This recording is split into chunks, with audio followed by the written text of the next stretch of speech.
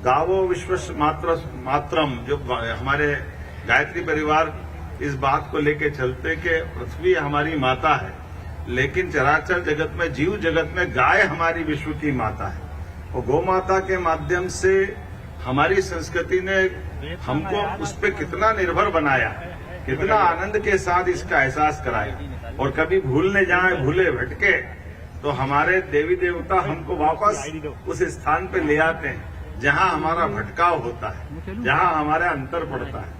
हम सब भगवान कृष्ण का वो काल याद करें जिसके माध्यम से भगवान कृष्ण ने बाल गोपाल की सेना बना करके पहले तो गोमाताओं के सामने गोपालन करते हुए शक्ति का सृजन करना और शक्ति के सामर्थ्य से कालिया नाग जैसे विषभयंकर को पराजित करना, और जनता के बीच मुझे नहीं मालूम गोवर्धन पर्वत कौन सा था, लेकिन इंद्र के अहंकार का दृष्टांत हमको एक तरह से ये जो हमारी शक्ति के सृजन से ही हो सकता है। भगवान ने अपनी लीलाओं के माध्यम से, और भगवान को कोई और नाम से बोलो मत बोलो, जीवन भर दो चीज उनको अत्यंत प्रिय रही। एक गांव की संस्कृति जो जीवन भर अपने सिर पे मोर मुकुट लगाकर उन्हें जीवन भर गांव के लोगों का सम्मान, ग्रामीण जनजीवन का सम्मान करने का काम किया। और दूसरा, उसी प्रकार से वो जीवन भर कोई गोपाल बुलाए तो वो दुनिया की सारी दौलत लुटा दे, इतना आनंद आ जाता था। तो गोपाल भी नाम, उनका नाम गलती से हम बोलते हैं। गोपाल कौन? जो गाय पाले वो गोपाल। कोई गोपाल उनके उससे थोड़ी जुड़ता है। उन्होंने तो ये पहचान कराई सभी के साथ कि हाँ, हम सब गोपाल हैं। गाय के पालने से हमारे कई कारण से हमारे विद्वान उसकी महत्ता बताते हैं। 33 करोड़ देवी देवता से लगा करके बहुत सारी बातें, लेकिन हम सब जानते हैं अब तो आधुनिक दृष्टि से कैंसर से, तमाम प्रकार की दूसरी बीमारियों से अगर कहीं रास्ते में दवाई मिल रही है तो गौमूत्र से कहीं आ रही है, गोबर से लिपे हुए मकानों पे विकिरण का फर्क नहीं पड़ता है। कितने कितने प्रकार से क्या क्या होता है। अब तो अपनी ये छोटी छोटी बहनों के उत्पाद में भी गोबर के मुझे महाकाल मिल गया, आज आनंद आ गया। कितनी प्रतिमा गोबर से बना रहे हैं, गोबर से दीपक बना रहे हैं, गोबर का कितना प्रकार से उपयोग कर रहे हैं। लेकिन ये बात भी सही है, जाने अनजाने ये 40, 50 साल, 60 साल में बहुत सारी आरो ऐसी अंतर्गत बहुत सारी कठिनाइयां भी बढ़ी।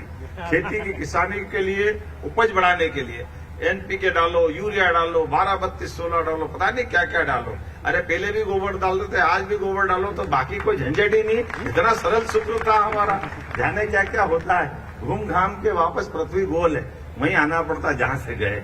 इसका एहसास हमको हजारों साल से है। आज अपने यहाँ प्राकृतिक खेती, जैविक खेती के आधार पर उस उत्पादित फसल की जो ताकत होती वाकई वो अद्भुत होती। ऐसे समय में अब बहुत सारे प्रयोग भी चल रहे हैं, लेकिन इन सारे प्रयोगों, इन सारी बातों के साथ केवल हम भाषण दें और बात खत्म कर दें, इससे बात नहीं बनती। इसलिए हमारी सरकार बनने के बाद हमने कहा ये प्रत्येक त्योहार में कोई न कोई संदेश छिपा हुआ है। इस त्योहार को समझते हुए हम अपने आप, सरकार और समाज दोनों त्योहार मनाएं। ये अलग अलग नहीं हो सकते।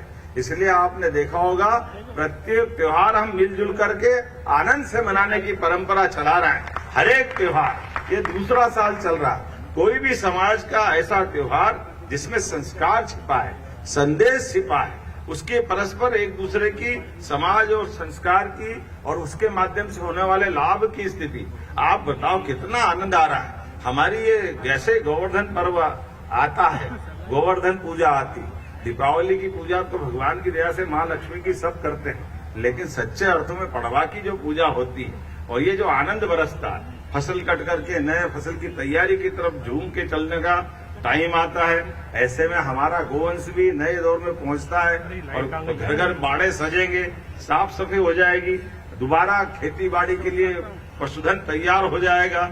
और ऐसे में अगर नाच गा के आनंद नहीं मनाएंगे तो क्या मनाएंगे। इसलिए 56 प्रकार के भोग परमात्मा की दया से गोपाल कृष्ण ने सिखाया हमारे लिए, जितना खाओ लेकिन पचाओ जरूर।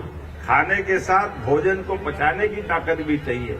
इसलिए दूध से निर्मित कोई भी उत्पाद परमात्मा की दया से, ये तो बड़ा अटपटा लगता है, कई मामलों में विदेश की संस्कृति और विदेश के लोग अभी हमारी उस बात तक नहीं पहुंच पाए जहां पहुंचना चाहिए। जैसे कोविड के समय नमस्कार करना सिखा दिया, ये हमको अपने आप ही हो गया। योग के माध्यम से 2014 में मोदी जी का जोरदार अभिनंदन करो, जिन्होंने इस बात की दुनिया के अंदर एहसास करा दिया कि हम योग के माध्यम से भी कहां पहुंच सकते हैं। उसी प्रकार से ये भी जुड़ा हुआ पक्ष है कि गौ से, गाय के दूध से बना हुआ घी वो अमृत के समान है, लेकिन दुर्भाग्य से बड़े डेनमार्क से लेकर कई सारे देश, ब्राजील, वो तो कई हमारे गिर की गाय गई थी। ऐसे ही डॉक्टर बताते हैं, गलत तो नहीं कहता कि हमारे यहाँ 100-150 साल पहले एक राजा ने गाय दी और वहां कहां से कहां पहुंच गए। तो हमारा माल हम पे लेके पता नहीं हमको कौन सा मॉडल सिखा रहा है। तो हम तो पहले से उस दुनिया में जाने वाले लोग हैं कि हमारी जो गोवंश है, आप बताओ कितनी परमात्मा की लीला है। अगर पहाड़ पे भारतीय गौ माताएं मिलेगी तो उनकी हाइट घट जाएगी, वो अपने आप वहां के लायक हो जाती। और जहां अच्छा दूध चाहिए तो गिर का दूध लो, साहिवाल का दूध लो, क्या आनंद आता है। और लोग तो कहते हैं उस दूध में सोने की भी मात्रा दिखाई देती है, उसका एहसास होता है। अब सोना मिले कि नहीं मिले, लेकिन शरीर बलिष्ठ जरूर हो जाता है, ये तो पक्की बात है। हमारे लिए यहाँ का गोवंश का जो आनंद है, और अगर आपने कैसे कैसे प्रकार के बेल, गाय, जहाँ किसको अच्छी खेती करना तो काकेर नस्ल का सांड ले आओ, या दूध लाना हो तो गिर की गाय ले आओ, मालवी लाओ तो दोनों तरफ का मजा लो। अपनी तरफ से दूध कम मिलेगा लेकिन सर्वाधिक पौष्टिक दूध मिलेगा मालवी गायों के माध्यम से। अब तो वो पुंगरू गाय कौन सी वाली आंध्र की है, छोटी छोटी गाय, अब वो भगवान जाने छोटी है कि बना दी, लेकिन जैसी भी है बहुत अच्छी है। भारतीय गौ माता जैसी भी है, जहां भी है आनंद ही बरसाती।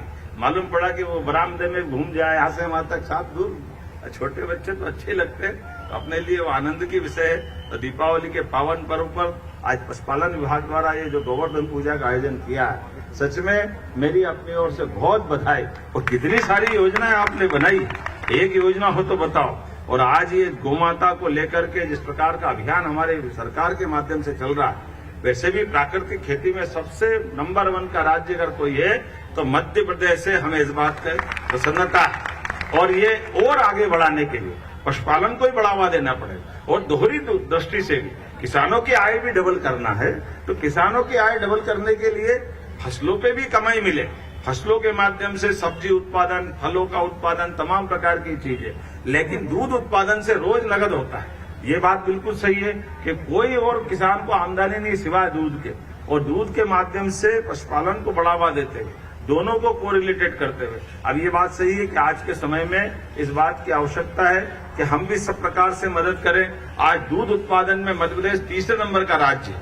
हमारा सबका प्रयास रहेगा दूध उत्पादन में भी नंबर 1 का मध्य प्रदेश बने। हमारे अपने दूध के उत्पादन के बलबूते पर दूध की राजधानी देश में अगर कोई जानी जाए तो मध्य प्रदेश से जानी जाना चाहिए। हमको इस बात का भी संकल्प लेने की आवश्यकता है, और इसीलिए हमने कई योजनाएं बनाई। आपके माध्यम से भी जब युवाओं को रोजगार की आवश्यकता है और सब प्रकार से अनुकूलता है, गौशालाओं की राशि बढ़ा करके गौमाताओं के लिए 20 के बजाय 40 कर रहे हैं। बड़ी गौशाला के बारे में आपने बताया ही है, लेकिन केवल गौशाला में गौमाता नहीं, गौमाता के माध्यम से दूध भी, गोमूत्र भी, गोबर भी, जो हो सकता है वो सारी चीजों का लाभ मिलना चाहिए।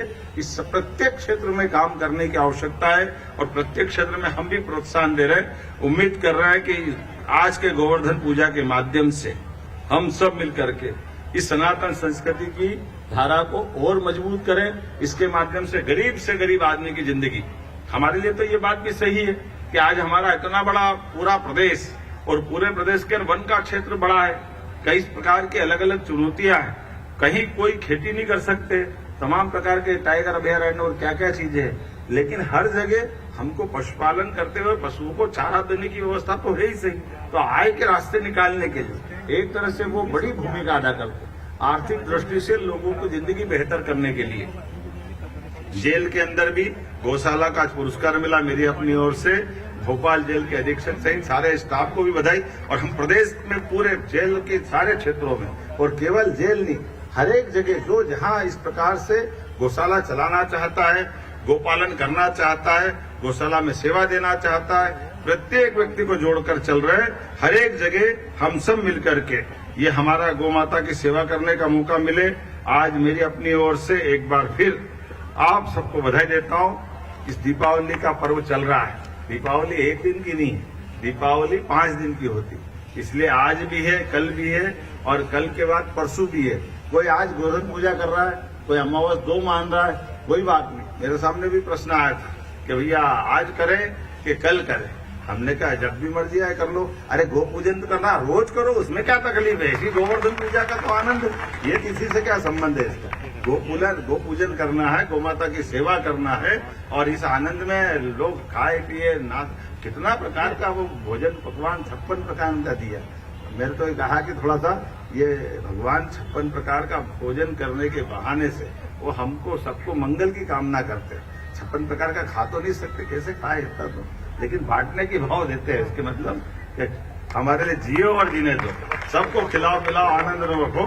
मेरी अपनी ओर से एक बार फिर सारे कलाकारों के लिए जोरदार ताली बजाओ। कितने अच्छा बढ़िया अपनी परंपरागत ड्रेस में कितने अच्छे प्रकार से गोवर्धन पूजा का आनंद है। कोई तो मोर मुकुट लगा करके खुद ही गोपाल कृष्ण बन करके आए, कोई बांसुरी कितनी बढ़िया बजा रहा है। अब हम सब जानते हैं कि इस पूरे आनंद में डूबने के लिए जब तक अपने गांव की हजारों साल की संस्कृति नहीं हो तब तक कोई टेम्परेरी रूप से नहीं कर सकता है। और इस संस्कृति को बचाए रखने की हम सबकी जवाबदारी है। आने वाला साल आप सबके जीवन में मंगल ही मंगल करे। मेरी अपनी ओर से सबको मंगल कामना, बधाई, बहुत बहुत धन्यवाद। हार्दिक धन्यवाद माननीय मुख्यमंत्री महोदय। और अब आभार प्रकट करने के लिए संचालक संस्कृति श्री NP नामदेव जी।